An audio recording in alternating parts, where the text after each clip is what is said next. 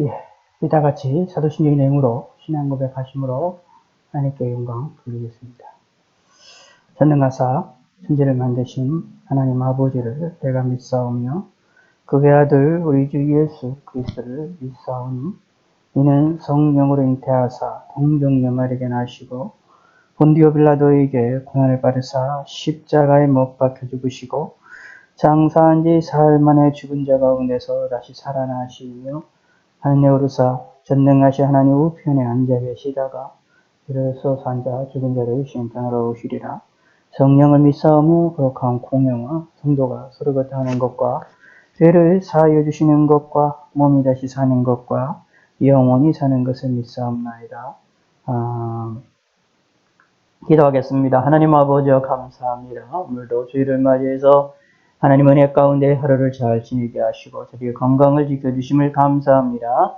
오늘 저녁에도 이 시간에 함께 모였습니다. 또 멀리 타 지역에서 함께하고 있는 성도들에게도 함께 하시옵고 또 온라인으로 함께하고 있는 모든 성도들에게도 은혜를 베풀어 주시고 도와주시옵소서. 하나님을 잊지 않게 하시고 하나님을 바라보게 하시고 저희들에게 믿음을 주시고 삶의 힘과 능력을 허락하여 주시옵고 이 어려운 시기를 무사히 잘 통과할 수 있도록 하나님 인도하시고 저희의 삶을 하나하나 지켜주시고 저희들에게 은혜를 베풀어 주시옵소서. 모든 것 감사드립니다. 주님께서 영광 받아 주시옵소서. 예수님의 이름으로 기도드렸습니다. 아멘. 누가복음 6장 12절에서 23절입니다. 누가복음 6장 12절입니다. 누가복음 6장 12절.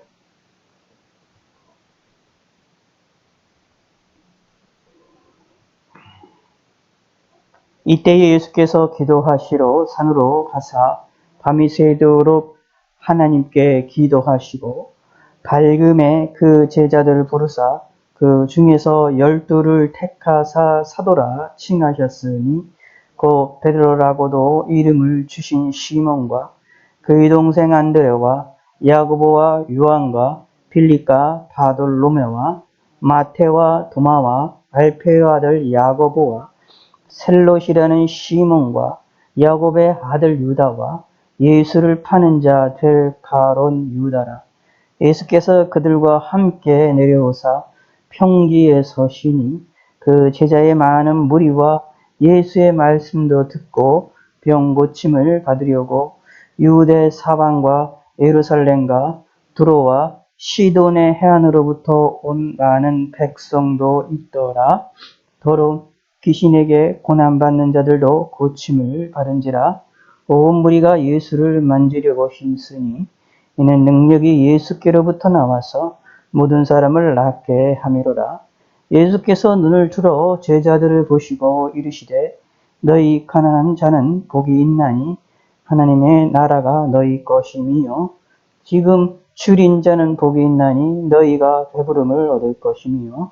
지금 우는 자는 복이 있나니 너희가 웃을 것이며 인자로 말미암아 사람들이 너희를 미워하며 멀리하고 욕하고 너희 이름을 악하다 하여 버릴 때에는 너희에게 복이 있도다. 그날에 기뻐하고 뛰놀라. 하늘에서 너희 상이 큼이라. 그들의 조상들이 선지자들에게 이와 같이 하였느니라. 아멘. 오늘은 이제 누가복음 6장 12절부터 오전에 이어서 우리 함께 계속해서 살펴보도록 하겠습니다. 누가복음 6장 12절. 여기서는 우리가 좀 잘 아신 대로 12제자를 드디어 사도로서 택하시는 그런 장면이 나오는 내용입니다. 예수님의 제자들을 성경에서는 때로는 이제 12사도들에게만 제자라고 부를 때도 있고 제자라는 말을 또 모든 많은 사람들에게 모두 예수님을 따르는 자들에게 제자라고 이름을 붙여줄 때도 있는데 특히 사도라고 이름이 붙여지는 사람들은 독특한 특이한 그리고 특정한 사람들에게만 예수님께서 사도로서 부르시는 그런 장면으로 우리가 성경을 통하여 알 수가 있게 되어집니다. 그래서 오늘날에 우리가 교회의 직제, 직분을 우리가 이야기를 할 때 사도의 직분은 특수직이라고 해서 오늘날에는 사도의 직분이 없는 것으로 이야기가 되어집니다. 왜냐하면 성경에서도 이 사도라는 것은 예수님이 직접 만났고 예수님으로부터 직접 사도로서 열두 사도로서 하나님 사도로서 택함을 받은 사람들, 부름을 받은 사람들을 이야기하게 되어지기 때문에 오늘 우리가 육체의 두 눈으로 예수님을 만난 사람도 없고 예수님을 보았던 사람도 없기 때문에 사도의 직분은 성경 오늘날에는 없다라고 분명히 이야기하고 있고 또 내용들이 있습니다. 그러나 이제 역사적으로 볼 때 사도라는 직분도 특수직으로서 있었다라고 얘기를 하고 있습니다. 그래서 이 사도들이 되게 성경에서 중요한 의미를 가지고 있고 복음을 전하고 하나님 나라에서 예수님에 대하여서 또 하나님 나라에서 전하는 일에 있어서 아주 중요한 일을 감당했고 교회가 세워지는 일에 또 많은 이방인들 가운데 교회가 세워지는 일에 가장 중요한 밑바탕의 모퉁이 돌의 역할을 했던 사람들이 이 사도다라는 사실을 우리는 알 수가 있게 되어집니다. 근데 성경에서 12명의 이 사도에 대하여서 자세하게 이야기가 되어져 있거나 그들이 어떤 활동을 했는지 그 후에 예수님 이후의 사건으로 자세하게 묘사가 되어 있는 내용들이 많이 나타나 있지는 않습니다. 이 12사도들 가운데서도 몇몇 사도들이 성경에서 많이 등장을 하고 이야기가 되어지고 있고 나머지들은 역사 속에서 또는 그러한 일반 역사적인 그런 전설처럼 이야기가 내려오지는 그런 내용들이 있음도 우리가 찾아볼 수 있게 되어지는데 오늘은 예수님께서 이 12명의 사도를 부르시는 그런 장면이 나옵니다. 이 사도 가운데에 여기에 이제 16절에 보면 야곱의 아들 유다와 예수를 파는 자를 가룟 유다라. 가룟 유다도 예수님께서 이제 선택하셔서 사도로 선택을 하셨다라는 것을 볼 수가 있습니다. 예수님이 예수를 파게 될 이 가룟 유다를 예수님이 모르셨느냐라고 했을 때 예수님이 마지막 십자가 못 박히기 전에 있었던 마지막 만찬에서의 사건으로 보았을 때 예수님께서 이미 이것을 알고 계셨다라는 것을 알 수 있고 성경의 묘사는 이 가룟 유다가 처음부터 도둑이었다라고 이야기를 하고 있는 걸로 보았을 때 이 사람이 처음부터 예수님을 쫓는다고 했을 때에 예수님을 쫓아서 움직일 때에 그렇게 신실한 사람은 아니었음을 우리는 알 수가 있습니다. 그런데 예수님께서 그것을 암에도 불구하고 이 유다를 또 사도로 선택을 하시는 장면이 나옵니다. 여기서 이 선택은 구원에 관련된 선택이 아닙니다. 특별한 구원 받느냐, 이 사도가 되었다 해서 구원 받는다라는 보장의 그런 개념이 아니라 여기는 하나님의 사역에 관련되어 있는 그런 선택이었다라고 보시면 됩니다.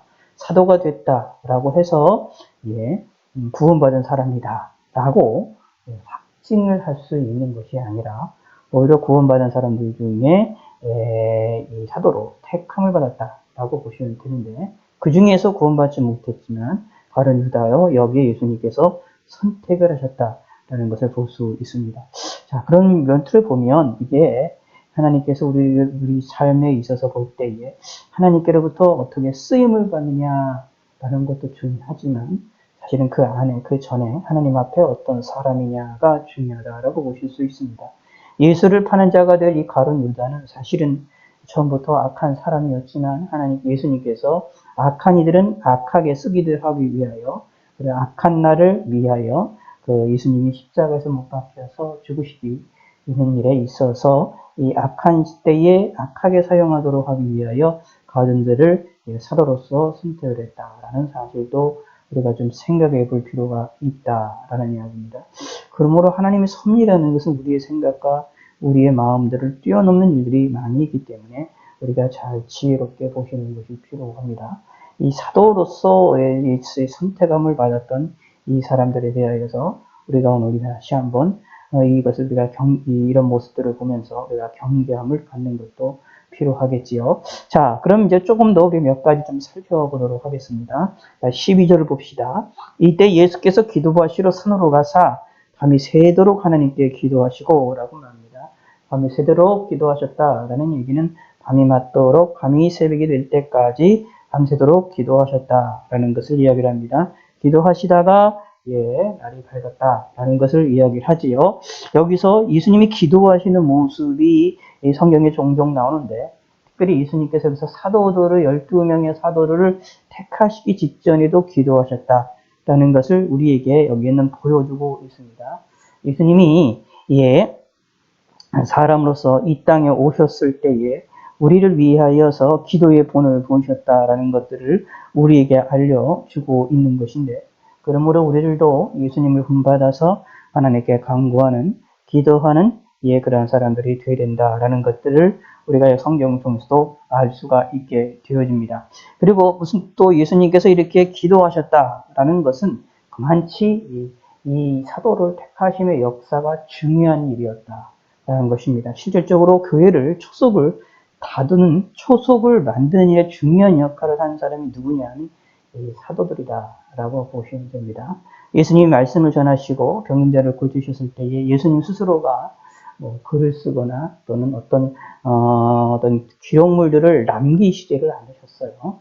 오히려 누구를 통하여서, 제자들을 통하여, 특히 사도들을 통하여서 이 기록물을 남기도록 하게 하시는 사건이 벌어지고, 이 사도를 통하여서 예수님을 전하도록 하게 하시는 놀라운 일이 벌어지게 되기 때문에 성경에서 하나님의 복음을, 하늘나라에 대한 것들을 사람을 통하여 전파하기를 기뻐하시는 모습, 이게 성경에서 하나님이 중요한 섭리 가운데 하나인데, 바로 그 섭리를 위하여서 동일하게 여기 12사도를 택했다라는 것입니다. 그런 의미로서 이 12사도를 택한다라는 것은 중요한 의미를 가지고 있지요. 근데 여기에 이 내용들을 볼 때에 가족들이 조금 있습니다. 가족들, 형제들이 있는 것들을 살펴볼 수 있는데, 참 이것도 우리가 여러분들이 여러 가지 면으로 생각해 볼 내용들이 있습니다. 그리고 아까 말씀드린 대로 예수를 파는 자였던 가룟 유다도 예수님께서 선택하신 것들을 살펴볼 때에 이 하나님의 섭리라는 것은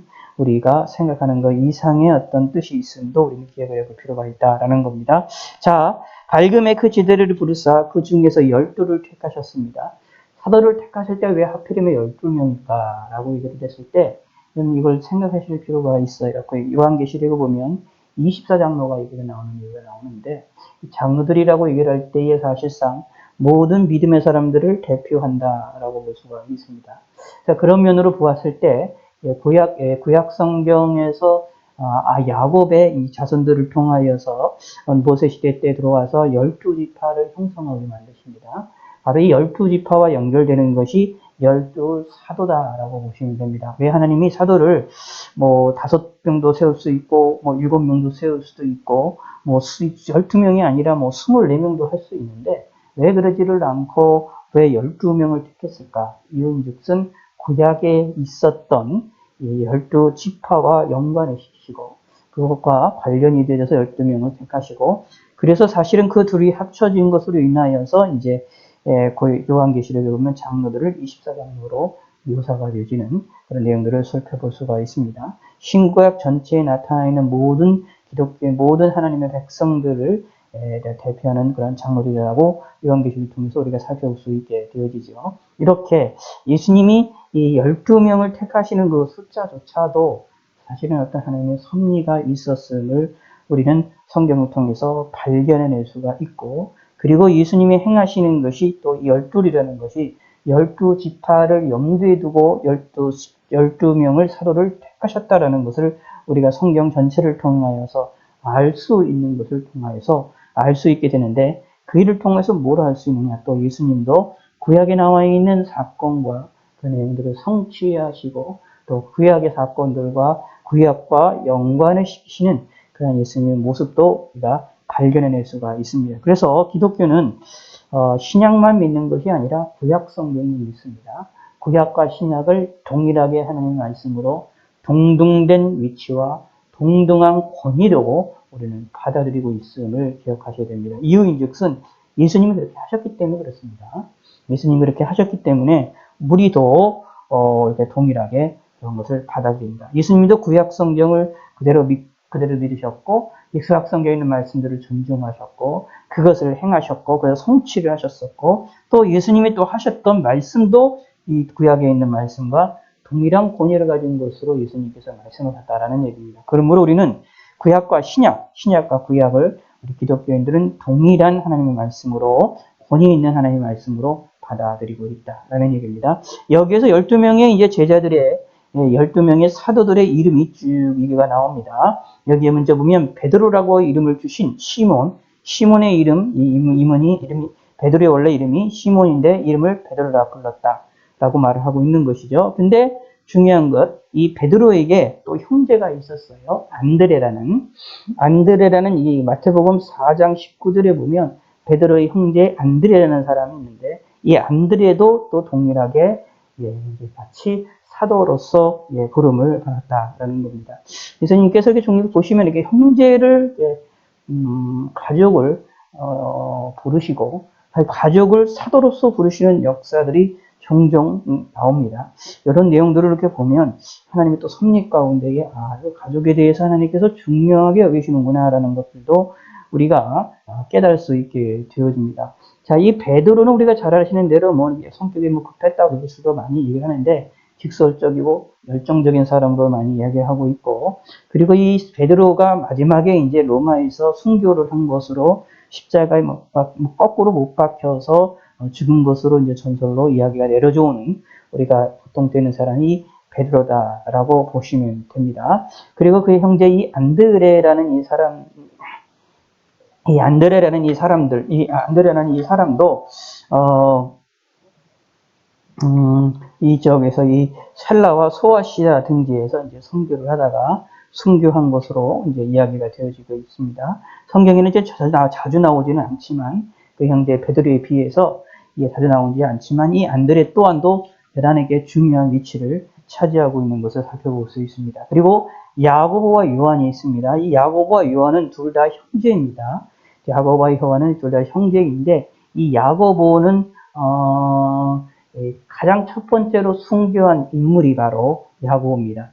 하나님의 사도로 부르심을 받았는데 사도로 부르심을 받아서 다른 사람들은 오랫동안 살고 또 살아서 하나님의 말씀을 또 전하고 예수님을 전하는 일에 그런 수종을 들고 사역에 열심히 일했는데 이상하게 하나님께서는 이 야고보를 일찍 부르십니다. 일찍 가장 먼저 최초의 순교자, 사도들 가운데서 최초의 순교자로서 이 야고보가 생김을 우리는 살펴볼 수 있습니다. 그에 반해 또 그 형제 요한은 가장 오래 삽니다. 사도들 가운데 가장 오래 살고 대부분 전설이나 사랑들의 내용들을 볼 때 모든 사도들은 다 순교한 것으로 이야기가 되어지는데 여기에 나와 있는 이 요한은 순교하지 않고 거의 약 100년 경쯤에 사망한 것으로 자연사한 것으로 이야기가 되어집니다. 그런데 그래서 사도 요한은 그렇죠. 우리가 잘 아는 것도 성경도 이제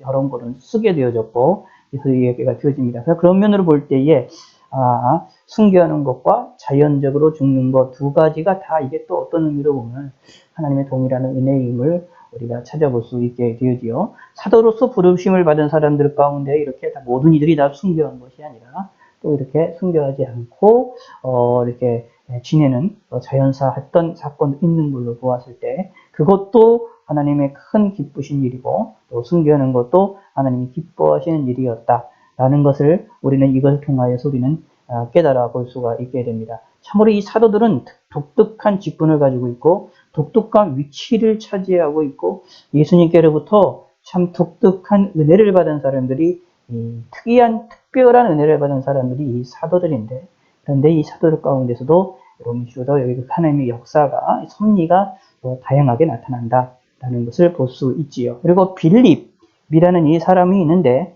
이 빌립이라는 이 사람도 나중에 이제 순교한 것으로 이야기를 내용이 나타나 있고 이 빌립도 사실 꽤 이게 어떤 이 오병이어의 기적의 사건 속에 빌립이 이제 등장하는 모습을 우리가 살펴볼 수가 있게 되어집니다. 그래서 이제 이 참 좀 계산적인 그런 모습으로 나타나는데 이 사람도 나중에 이제 순교한 것으로 우리가 보통 이야기가 되어집니다. 시에라볼리 중에서 순교한 것으로 얘기가 되어지고 바돌로메라는 사람이 있는데 이 바돌로메는 요한복음에 나와 있는 나다니엘이라는 사람이 있는데 그 사람과 동일한 인물로 우리가 이야기가 됩니다.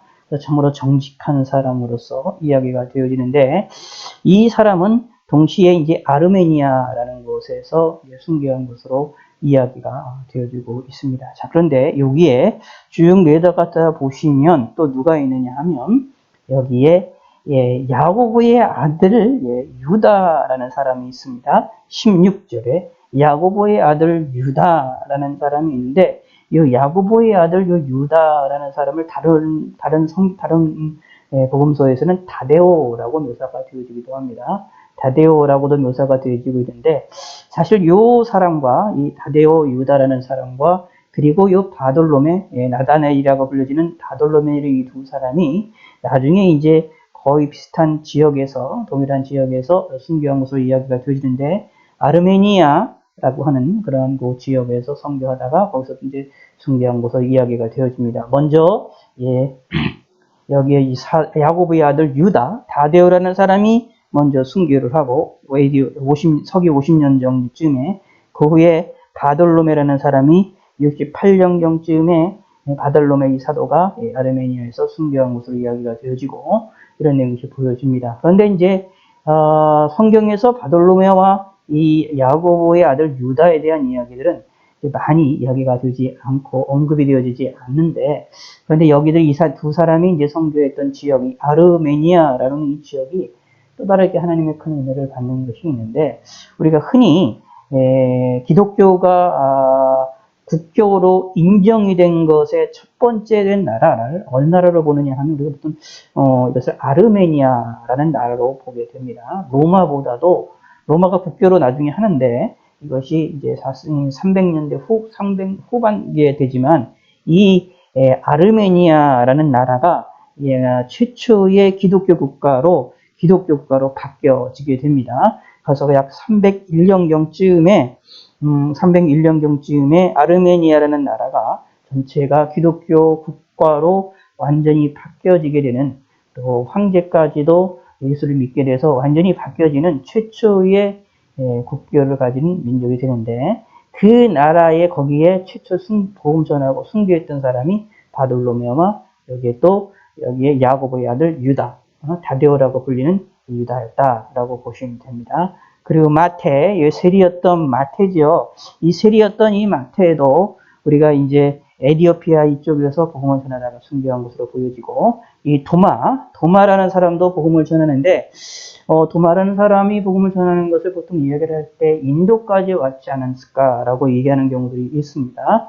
인도까지 와서 복음을 전했다라고 이야기를 하고 있고, 인도까지 와서 복음을 전했을 때에, 그래서 그쪽에서 인도 쪽에서 이제 이쪽에서 순교한 것으로 벌어지게 되는데, 멀리 지역까지 왔죠.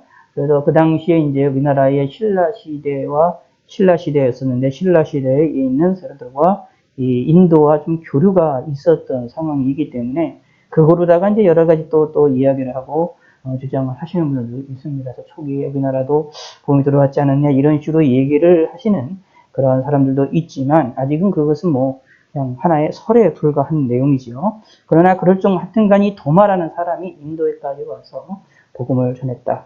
이 도마 사도가 그렇게 됐다라는 것을 보시면 되고 알 수가 있습니다. 그리고 알페오의 아들 이 야고보, 이 사람도 애굽에서 순교한 것으로 이야기가 되어지게 되는데, 이 알페오의 아들 이 야고보, 이 사람은 앞에 있는 이 야고보, 여기에는 요한의 형제 야고보와 다르게 작은 야고보라고 불려지는 또 다른 야곱이다라고 보시면 됩니다. 그래서 이름이 알페오의, 그의 아버지 이름 알페오의 아들 야고보라고 이름부터도 또 다르게 이렇게 구별을 하고 있는 내용이 보여지게 되어집니다. 그리고 셀롯이라고 하는 시몬, 이 셀롯이라고 하는 열심당인데, 이 당시에 있는 또 다른 이제 유대인들의 분파들 가운데 열심당원이라고 있습니다.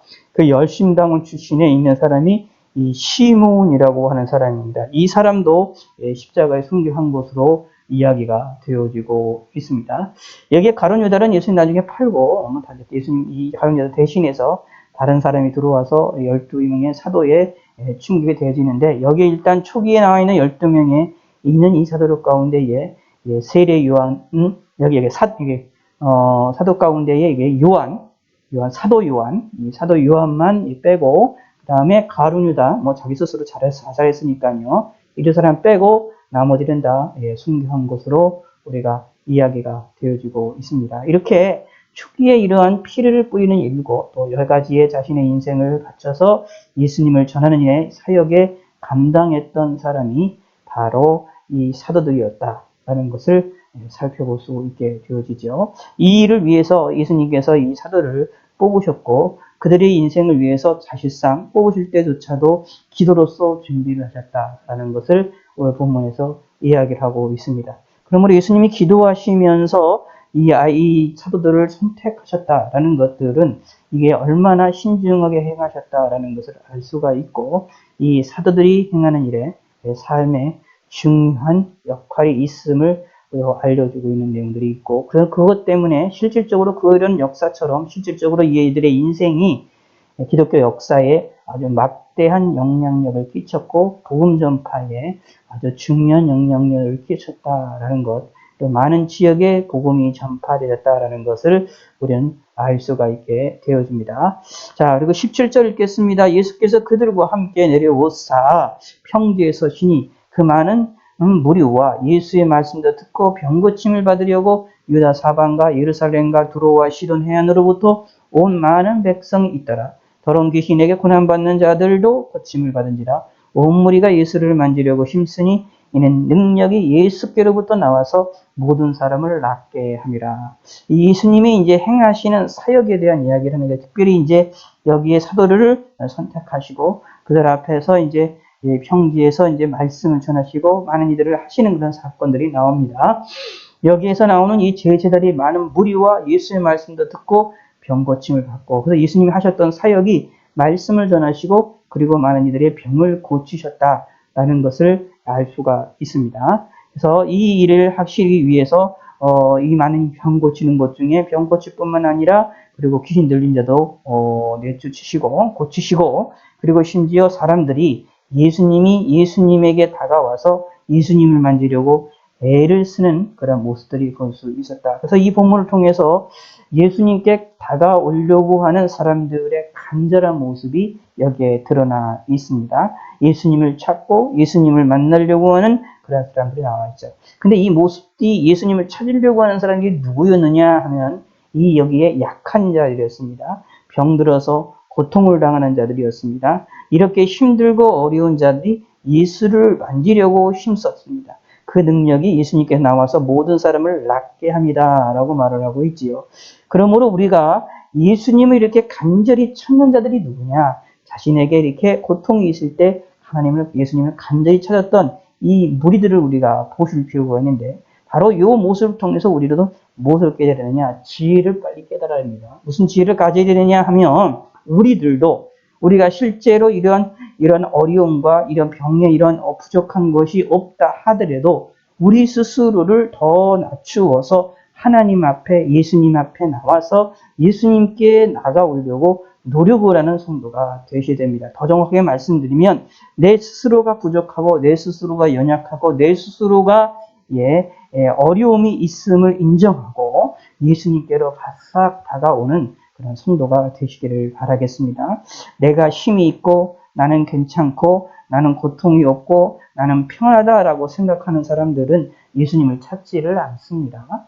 여기에 예수님을 찾았던 얼마나 간절하게 찾는 모습이 나옵니까? 온 무리가 예수를 만지려고 힘쓰니 얼마나 간절한 모습이에요. 이런 간절한 모습이 나온 사람들이 누구냐 하면 바로 병을 고침을 받고자 하는 사람들이었다라는 얘기입니다. 자신에게 힘든 일이 있고 고통이 있는 것이라는 것을 알고 있었기 때문에 예수님으로부터 능력이 나와서 고침을 받다라는 것을 동시에 또 알고 있었기 때문에 두 가지를 한 거지요. 자신의 연약한 것을 알고 자신의 자신의 병을 예수님이 고쳐줄 거라는 것을 알았다. 이 두 가지를 알았기 때문에 예수님께 바싹 다가갈 수 있었다라는 것입니다. 이것처럼 우리들도 무엇을 해야 되느냐? 내 자신의 연약함을 알아야 된다라는 것입니다. 내가 건강하다 하더라도요, 병이 없다 할지라도 사실 스스로가 내 자신은 연약하다라고 고백할 줄 알고 내 자신이 부족하다라고 고백할 줄 알아야 됩니다. 평안하다라고 할지라도 내 자신이 이 평안이 하나님께로부터 온 것이라 생각하고 예수님께 바싹 다가가는 그런 믿음의 성도가 되셔야 됩니다. 그것이 우리가 사는 길이고 신앙생활을 잘하는 길이다라는 것을 오늘 이 본문을 통해서 우리가 알 수 있지요. 그래서 이런 얘기가 나오는 겁니다. 20절에 예수께서 눈을 들어 제자들을 보시고 이르시되, 이제 가르치는 내용, 병을 고치는 것뿐만 아니라 이제 가르침의 내용을 구체적으로 이야기를 하고 있습니다. 예수님의 말씀하시는 내용들 구체적으로 얘기하는데, 이 말씀은 마태복음에 있는 팔복과 내용과 산상보험의 내용과 서로 겹치는 부분인데, 그 내용들을 여기에서는 조금 더 다른 방향으로 간결하게 적혀 있는 것을 살펴볼 수 있습니다. 너희 가난한 자는 복이 있나니 하나님 나라가 너희 것임이라 라고 말하고 있어요. 가난한 자가 복이 있다라고 말했어요. 왜 가난한 자가 복이 있느냐 하면 잘 생각하셔야 됩니다. 19절처럼 이들이 예수님께 나올 수 있기 때문이다 라는 이야기입니다. 그러므로 우리 스스로가 가난한 자임을 우리는 깨달아야 된다라는 얘기입니다. 가난한 자가 왜 복이 있느냐? 가난한 자체가 그게 이제 복이 있는 게 아니라 가난했을 때에 무엇이 있느냐? 찾는다라는 이야기입니다. 그 문제를 해결할 자를 찾는다. 그래서 누굴 찾느냐? 예수님께 나온다라는 이야기입니다.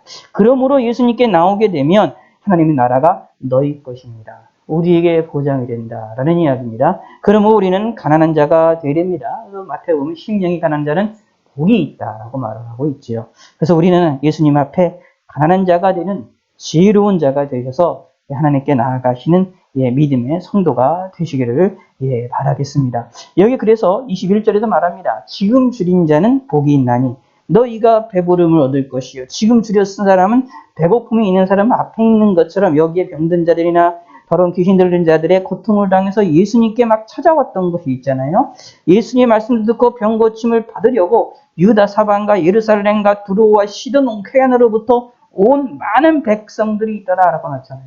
예수님께 말씀을 들으려고 하나님 예수님께로부터 고침을 받으려고 많이 찾아왔던 그 간절함이 있는 것처럼 여기에 줄인 자들도 간절함이 있을 수밖에 없습니다. 줄인 자 자체가 복이 있는 것이 아니라 줄인 것을 통하여서 무엇을 할 수 있느냐? 예수님을 찾게 된다라는 얘기입니다. 그러므로 그런 자들은 복이 있다라는 겁니다. 그러므로 지혜있는 자가 되셔야 됩니다. 내가 가난한 자가 되어야 되고 내 스스로가 줄인 자가 되어야 됩니다. 내가 물질적으로 풍요롭다고 하여서 내가 먹는 걸 잘 먹는다고 하여서 나는 부자다 이렇게 생각하지 마시고 나는 잘 먹고 있는 사람이다 라고 생각하지 마시고 진짜 주님 앞에서 항상 가난한 자로서 항상 주님 앞에 줄인 자로서 다시 말하면 부족한 자로서 항상 서 있기를 바라겠습니다. 그러면 주님을 찾게 됩니다. 그러면 복이 있습니다. 그러면은 하나님께서 우리에게 배부름을 주실 것입니다. 하나님이 우리에게 주시는 이 배부름은 육체의 이 배부름과 다르게 우리의 영적인 배부름을 주시고 우리를 풍요롭게 만든다라는 얘기입니다. 지금 오는 자는 복이 있다라고 말하고 있습니다. 지금 오는 자는 복이 있습니다. 왜 복이 있습니까? 오는 것 자체가 슬픔이고 고통이지요. 그런데 복이 있다라고 말합니다. 왜냐하면 오는 자들은 뭘 할 수 있습니까? 오는 자를 문제를 해결할 수 있는 예수님을 찾을 수 있기 때문이다 라는 이야기입니다. 그러므로 복이 있다라는 얘기입니다. 그렇게 되다 보면 예수님으로 인하여 웃을 수 있게 되어진다라는 이야기입니다. 그래서 우리는 예수님을 찾는 자가 되시길 바라겠습니다. 진정한 복은 누구로부터 오느냐? 예수님께로부터 온다라는 사실을 기억하시기 바라겠습니다. 그런 사람들은 예수님이 얼마나 중요하다는 것을 깨닫게 되어지고 있게요. 예수님이 얼마나 중요한지를 알고 있기 때문에 여기에 고통이 있고 어려움이 있다 할지라도 예수님을 믿게 되어지죠. 여기 22절에 말합니다. 인자로 말미암아 사람들이 너희를 미워하고 멀리하고 욕하고 너희 이름을 악하다 하여 버릴 때에는 너희에게 복이 있도다 라고 말합니다. 왜냐하면 하나님이 상급을 주신다. 그날에 23절 그날에 기뻐하고 뛰놀라 하늘에서 너희 상이 크니라. 그들의 조상들이 선지자들에게 이와 같이 하였느니라. 그 기뻐하고 뛰놀라 라는 이야기는 그 속에 담겨있는 이 고통 속에 담겨있는 우리를 핍박하는 자들을 위해서 우리가 눈물을 흘리며 고통을 당하고 있지만 그러나 그것이 하늘의 큰 상급으로 쌓여지게 되고 변화가 될 거라는 것을 생각하여서 거기에 희망을 가지고 소망을 가지라 라는 얘기입니다. 자, 알겨보시기 바랍니다. 너희 상이 클 것이다 라고 말합니다. 너희 상이 큽니다. 우리는 상이 클 것입니다. 왜냐하면 예수님으로 인하여 고통을 당하고 있는 자들은 예수님 때문에 참고 희생하는 자들이기 때문에 예수님께서 그 일에 대하여 보상을 하신다라는 이야기입니다. 근데 이렇게 말하고 있습니다. 인자라 말미암아 사람들이 너희를 미워하고 멀리하고 욕하고라고 말하고 있어요. 이 말 속에서 무엇이 있느냐 하면 예수님이 미리 말씀하시는 것을 통해서 세상이 예수님을 믿는 사람들을 미워하고 멀리하고 욕할 때가 있구나라는 것을 알 수가 있습니다. 이유인즉슨 우리가 믿기 때문이 아니라 우리들이 싫기 때문이 아니라 예수님을 이해하지 못하기 때문이다라는 얘기입니다. 예수님을 미워하기 때문이다. 그러므로 예수님을 미워하기 때문에 예수님을 따르는 자들도 예수님을 따르는 사람들도 미워하게 될 수밖에 없다라는 이야기입니다. 근데 이 미워하는 자들이 이런 사람들은 합리적이라 가지고 여기가 따지거나 그 다음에 어떤 것이 옳고 그름을 따지거나 어떤 것들을 제대로 올바른가 따지면서 공격하는 것이 아니라 공격을 할 때고 미워할 때는 그냥 밑도 끝도 없이 미워하게 됩니다. 이게 이제 우리 인간의 악한 감정입니다. 미워하고 욕을 할 때는 그냥 이유가 없습니다. 그냥 싫어하는 겁니다. 그냥 미워하는 겁니다. 예수님을 그냥 미워하고 예수님을 그냥 싫어합니다. 그러다 보니 믿음의 사람들도 그냥 싫어하고 그냥 욕하게 된다라는 이야기입니다. 아무리 예수 믿는 우리들이 믿음의 사람들이 논리적으로 합리적으로 그들에게 이성에 설득을 시키기 위하여 우리의 잘못이 없다고 우리를 변호한다 할지라도 그들이 우리를 미워하는 것은 그냥 그것과 상관이 없이 논리적인 건 따지지 않고 합리적인 건 따지지 않고 그냥 미워한다. 이런 일들이 종종 있음을 우리는 기억하셔야 됩니다. 혹시 근데 그런 일이 있다 하여서 낙심하거나 낙담하지 말아라 라는 얘기입니다. 너희 이름을 악하다 하여 버릴 때에도 너희는 너희에게 복이 있다. 왜 그러냐? 이것을 낙심하고 낙담하지 말고 복이 있음을 기억하라 라는 얘기입니다. 왜냐하면 하늘에 상급이 있기 때문이다. 하나님께서 큰 상을 예비해 주실 것이고 우리의 조상들이었던 선지자들도 이런 일이 당했었기 때문에 이 일이 이상한 게 아니라 정상적인 것이다 라는 것입니다. 그러므로 혹시나 예수님으로 인하여 우리가 고통을 당하고 미움을 당하고 욕을 당하고 우리에 향하여 악하다고 거짓된 그러한 누명을 씌운다 하더라도 거기에 쓰러지고 낙담하지 마시고 우리는 하나님이 우리에게 주시는 상급을 믿고 하나님을 바라보는 사람들이 되야 됩니다. 이유인즉슨 우리에게 진정한 참된 복은 예수님께로부터 오기 때문이다 라는 이야기입니다.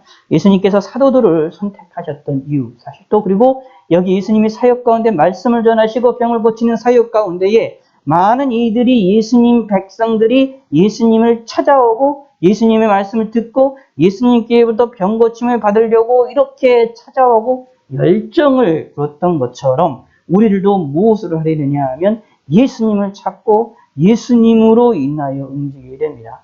사도들이 해야 될 일은 무엇이었습니까?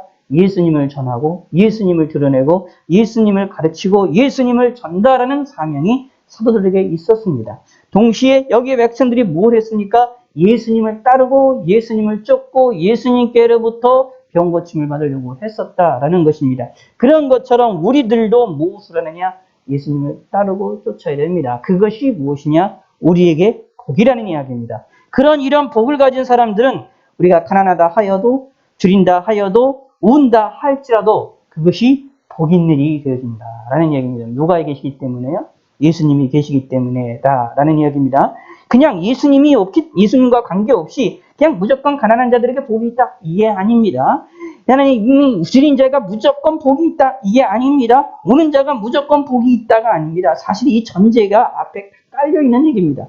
너희 가난한 자들은 복이 있다. 하나님 나라가 너희 것임이라 라고 말하고 있기 때문에 하나님 나라 배부를 것이다. 그리고 웃을 것입니다. 라는 이 말 속에 전제가 다 깔려 있습니다. 그게 무엇이냐? 너희는 이거든요. 주님을 따르는 자들, 예수님을 믿는 자들입니다. 그러므로 복 중에 복 대신, 복의 근원 되시는 예수님을 믿고 따르는 자들에게 삶 속에서 가난이 있다 할지라도 줄인 일이 있다 할지라도 오는 일이 있다 할지라도 심지어 인자로 말미암아 예수님으로 말미암아 따돌림을 당하고 미움을 당하고 욕을 당하고 때로는 누명을 씌운다 할지라도 우리는 그것이 복된 일임을 기억하셔야 된다라는 이야기입니다. 이것이 예수 믿는 사람들의 복임을 우리는 오늘 이 본문을 통해서 깨달으시기를 바라겠습니다. 사실은 그러한 삶이 여기 사도들의 삶이었다라고 보시면 되겠습니다. 기도하겠습니다. 하나님 아버지여 감사합니다. 오늘은 사도들을 예수님께서 선택하시는 장면, 그리고 그들이 사도들이 어떤 삶을 살았는지도 간단히 살펴보았으며, 그리고 백성들이 예수님을 만나기 위하여 얼마나 노력했던, 예수님을 찾고자 하는 열정들에 가졌던 모습도 살펴보았습니다. 우리의 모습이 예수님으로 찾고 예수님으로 인하여 기뻐하고 즐거워하는 성도가 되게 하여 주시옵소서. 예수님이 계심으로 우리가 가난하다 할지라도, 우리가 우는 자가 된다 할지라도, 우리가 줄인 자가 된다 할지라도, 심지어 욕을 얻으며 욕을 먹으며 핍박을 당하며 거짓된 누명을 쓰인다 할지라도 예수님 때문에 우리는 우리의 삶이 복된 삶이 되린다는 것을 믿게 하여 주시옵소서. 하늘에 우리의 상급이 있음을 알게 하시고 믿게 하시고 바라보게 하여 주시옵소서. 감사드립니다. 예수님의 이름으로 기도드렸습니다. 하나님 아버지여 감사합니다. 오늘 주일로서 예배를 드리며 영광을 돌려드릴 수 있게 하심을 감사합니다. 지난 한 주간도 지켜주셨고 또 이번 한 주간도 하나님 은혜 가운데 지켜주시었고 우리를 만나는 사람들과 또 만나는 사람이 만나는 사람들을 지켜주셔서 이 전염병의 이 어려운 시기를 무사히 통과하게 하시고 우리가 물질의 어려움이 없도록 함께하여 주시고 우리의 삶에 은혜를 베풀어 주시고 인도하시옵소서. 하나님께 귀한 예물을 드렸습니다. 이 예물을 받아주시고 이 주일 예배 헌금 하나님께서 흥양하여 주시고 우리의 삶에 어려움이 없도록 은혜를 베풀어 주시고 우리에게 은혜를 주시고 은총을 베풀어 주시고 우리에게 복된 예수님을 찾을 수 있게 하시고 예수님을 갈망하게 하시고 예수님께 가까이 나가고 수 있는 믿음의 성도를 될 수 있도록 제대로 은총을 베풀어 주시옵소서. 우리의 삶을 지켜줄 줄 믿사옵고 감사드립니다. 이제는 우리 주 예수 그리스도의 은혜와 하나님의 극진하신 사랑과 성령 하나님의 감화, 감동, 역사, 교통, 내주하심과 규명의 역사가 이 자리에 있는 모든 성도들 머리 위에와 온라인으로 함께하고 있는 모든 성도들을 위해 그리고 온 세계 만방 곳곳에 있는 주님의 몸된 교회들 위에 이제로부터 영원토록 함께 있을지어다. 아멘.